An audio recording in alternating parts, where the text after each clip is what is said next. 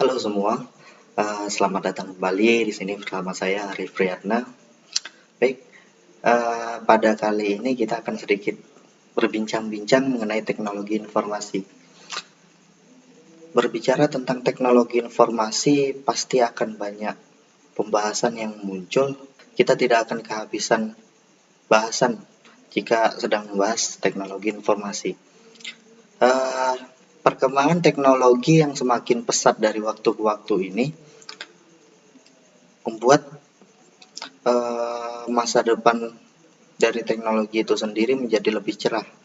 Dulu kita hanya bisa berimajinasi dari film-film melihat teknologi-teknologi yang canggih, tapi saat ini teknologi-teknologi yang ada di film-film itu sudah bisa kita nikmati, bahkan sudah menjadi teknologi yang nyata. Contohnya seperti mobil yang bisa berkendara sendiri ataupun menjalankan tugasnya dengan sendiri tanpa harus ada supir yang menjalankannya. Nah, semua teknologi yang canggih ini adalah bagian dari Internet of Things.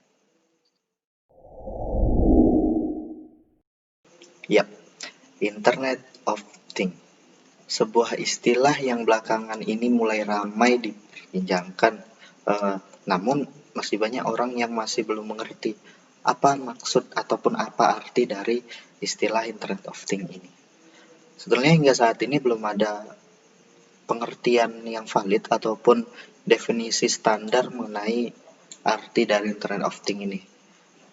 Hanya saja secara singkat, Internet of Things ini bisa dibilang adalah di mana beberapa benda-benda di sekitar kita dapat terkoneksi ataupun dapat berhubungan melalui sebuah jaringan internet tanpa harus ada manusia yang menjadi operatornya. Mengingat bahwa IoT ini adalah teknologi canggih yang mampu melakukan transfer data melalui jaringan internet dengan interaksi yang mudah, pasti masa depan dari pengembangannya juga sangat menjanjikan. Kehidupan manusia sehari-harinya dapat dioptimalkan dan dipermudah dengan sensor cerdas dan peralatan pintar yang berbasis internet ini. Tapi bagaimana sih cara kerja dari Internet of Things itu sendiri?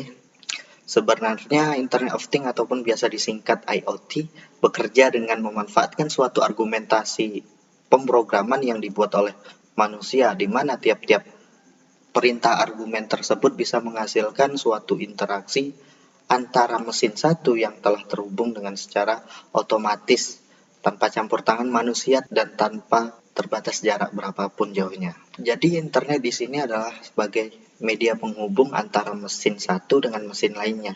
Nah, yang jadi pertanyaan, apa peran dari manusia itu sendiri? Peran manusia di sini hanyalah sebagai pengatur sekaligus pengawas agar mesin-mesin tersebut dapat bekerja dengan optimal. Setelah kita berbicara tentang cara kerjanya, selanjutnya kita akan membahas tentang unsur-unsur pembentuk. Karena apa? Untuk dapat bekerja ataupun berjalan, pasti harus ada unsur pembentuknya. Di sini ada beberapa unsur pembentuk. Yang pertama itu adalah AI ataupun kecerdasan buatan. IoT membuat hampir semua teknologi menjadi pintar ataupun smart. Ini berarti IoT dapat meningkatkan segala aspek kehidupan kita dengan pengembangan teknologi yang didasari oleh kecerdasan buatan. Yang kedua mungkin adalah konektivitas. Kenapa konektivitas? Karena apa? Untuk mesin satu dan mesin dua agar dapat saling terhubung, maka harus memiliki konektivitas. Konektivitas di sini yang digunakan adalah jaringan internet. Yang ketiga adalah sensor. Sensor merupakan unsur penting karena apa? Untuk dapat menjalankan perintah yang diberikan oleh si manusia, maka mesin ataupun teknologi tersebut harus memiliki sensor agar dapat memproses inputan dari si manusianya. Yang terakhir adalah perangkat yang kecil. Kita ketahui perkembangan teknologi ataupun perangkat dari masa ke masa menjadikan bentuknya itu semakin lama semakin mengecil. Karena apa? Perangkat yang kecil memudahkan kita membuat kita menjadi lebih efisien serta harganya mungkin lebih cukup murah. Nah, setelah kita berbicara apa itu pengertiannya, terus cara kerjanya, sekaligus unsur pembentuknya, kita masuk ke pokok utama, yaitu bagaimana penerapan IoT itu di dalam beberapa lini bidang. Di sini saya ambil beberapa contoh lini bidang. Yang pertama itu di bidang pertanian. IoT sangat berjasa di bidang pertanian karena apa? Menjadikan manusia itu lebih mudah mengontrol ataupun mengolah lahan pertaniannya menggunakan IoT ini. Contohnya, kita bisa mengatur waktu penyiraman tanaman kita itu secara otomatis menggunakan smartphone ataupun kita beri jadwal. Misalkan untuk pagi di jadwal jam 8 ataupun sore ataupun malam mungkin seperti itu.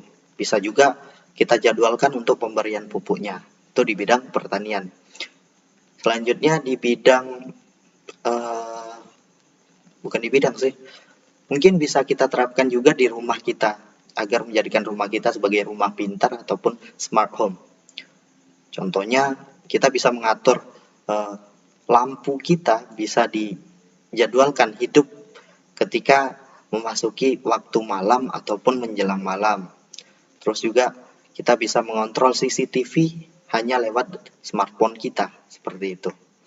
Nah, itulah beberapa contoh penerapan IoT di beberapa lini bidang. Mungkin sedikit pembahasan tentang IoT itu semoga dapat bermanfaat. Terima kasih.